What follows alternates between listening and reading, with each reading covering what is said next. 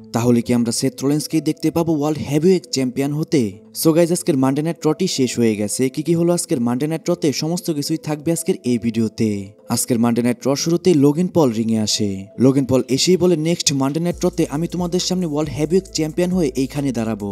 দেন সে J Uso সম্পর্কে কিছু fact বলতে শুরু করে, কিন্তু অডিয়েন্সরা এতটাই ইরিটেট করছিল যে সেখানে লোগান পলের কোনো কথাই শোনা যাচ্ছিল না। তাও লোগান পল বলে, আমি জে উসোকে বারবারই বিট করে যাচ্ছি, যেটা কিনা তোমরা দেখেছো গত সপ্তাহেও। এরপরে সে আরো কিছু বলতে যাবে, তখনই সেখানে গুন্থার চলে আসে। গুন্থার যখনই রিং এর মধ্যে আসে তখনই অডিয়েন্সরা ইউ ট্যাপ আপের চ্যান্ট করছিল। গুন্থার লোগান পলকে বলে, তোমাকে দেখে তো অনেক বেশি কনফিডেন্স দেখাচ্ছে। তুমি মনে করছো যে আমাকে বিট করছে তাকে তুমি হারিয়ে চ্যাম্পিয়ন হবে। তুমি বারবারই বলছো তুমি আমার থেকে বেটার। কনফিডেন্স থাকা কিন্তু ভালো। এরপর গুন্থার লোগান পলের প্রশংসা করে।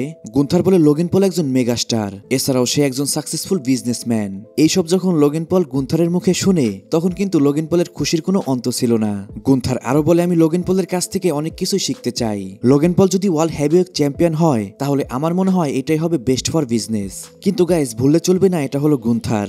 গুন্থার তারপরে অন্য লাইনে চলে যায়। গুন্থার বলে, লোগান পল তুমি সবকিছুই বিজনেস মনে করো, কিন্তু আমি সবকিছুই পার্সোনাল মনে করি। তুমি জে উসোকে বিজনেসের মতোই দেখছো, কিন্তু জে উসো এবং আমার ম্যাটারটা পার্সোনাল। তুমি যদি স্যাটারডে নাইট মেইন ইভেন্টে জে উসোকে হারিয়ে চ্যাম্পিয়ন হও তাহলে আমি তোমার পেছনেই যাব।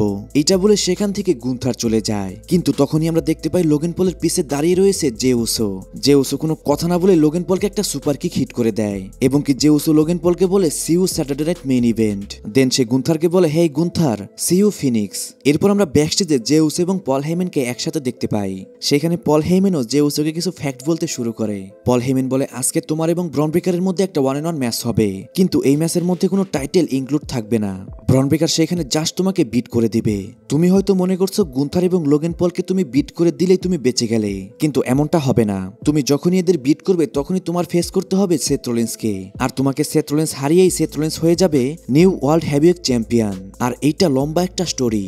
আর গাইস, এরই মাধ্যমে আমরা জানতে পারলাম গুন্থার এবং লোগান পলকে ফেস করার পরেই জে উসো ফেস করবে সেথ রোলিন্সকে, আর হতে পারে সেথ রোলিন্স সেখানে জে উসোকে হারিয়ে চ্যাম্পিয়ন হয়ে যেতে পারে। তারপর পেন্টা এজে স্টাইল ভার্সেস জাজমেন্টের মধ্যে একটা ট্যাগ টিম ম্যাচ শুরু হয়ে যায়। এই ম্যাচটা শুরু থেকে কার্লিটো সেখানে ইন্টারফেয়ার করছিল।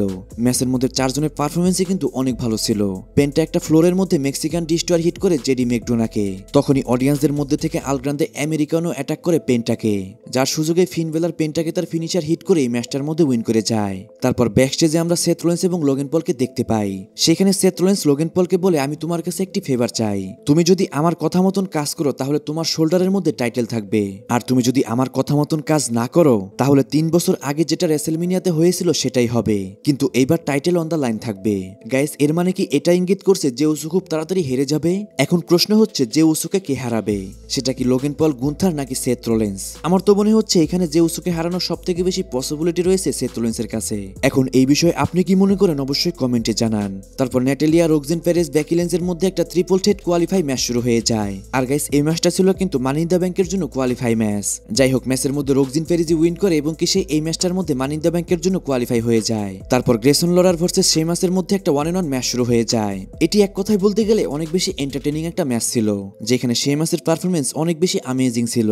এমনকি কমেন্ট্রি করতে থাকা মাইকেল কোলো বলছিল শেমাসের পারফরমেন্স আগের থেকে অনেক বেশি বেস্ট এন্ড বেটার হয়ে গেছে। যাই হোক, ম্যাচের মধ্যে শেমাস একটা ব্রো কিক হিট করে এই ম্যাচটার মধ্যে উইন করে যায়। তারপর ব্যাকস্টেজে গুন্থারের একটা ইন্টারভিউ চলছিল। তখনই সেখানে সেথ রোলিন্স চলে আসে।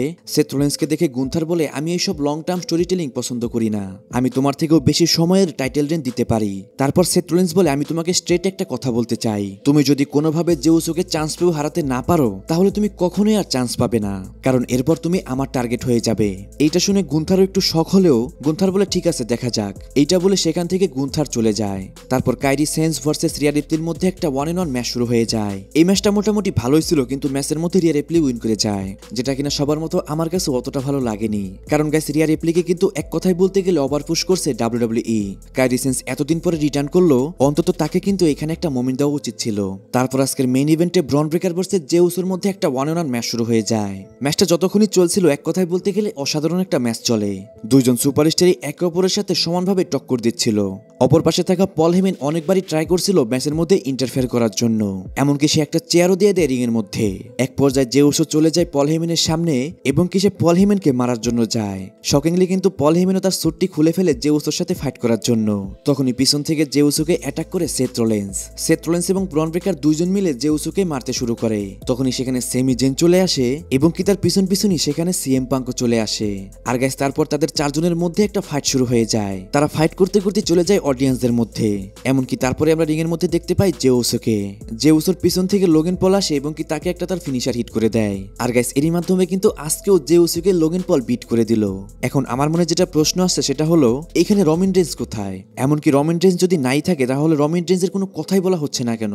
বুঝলাম রমিন রেঞ্জ এখন রেস্টে আছে, তাহলে কেন রমিন রেঞ্জকে কোনো স্টোরির মধ্যেও অ্যাড করা হচ্ছে না? কিন্তু গাইস রমিন রেঞ্জ সম্পর্কে একটা কিন্তু কনফার্ম নিউজ রয়েছে, সেটা হলো স্যাটারডে নাইট মেইন ইভেন্টে অনেক বেশি পসিবিলিটি রয়েছে সেখানে আমরা রমিন রেঞ্জকে দেখতে পাবো। আর আমার মনে হয় যদি রমিন রেঞ্জকে সেখানেও না দেখতে পারি, মানি ইন দ্য ব্যাংকে অবশ্যই রমিন রেঞ্জকে আমরা সেখানে দেখতে পারবো। তাই গাইস রমিন রেঞ্জের যারা ফ্যান আছেন অবশ্যই কমেন্ট করতে ভুলবেন না। আর এরই মাধ্যমে কিন্তু আজকের মানডে নাইট রটিও শেষ হয়ে যায়। সো গাইস আজকের ভিডিও এই পর্যন্তই। রেসলিং সম্পর্কে সমস্ত নিউজ এবং আপডেট জানার জন্য চ্যানেলটিকে সাবস্ক্রাইব করবেন।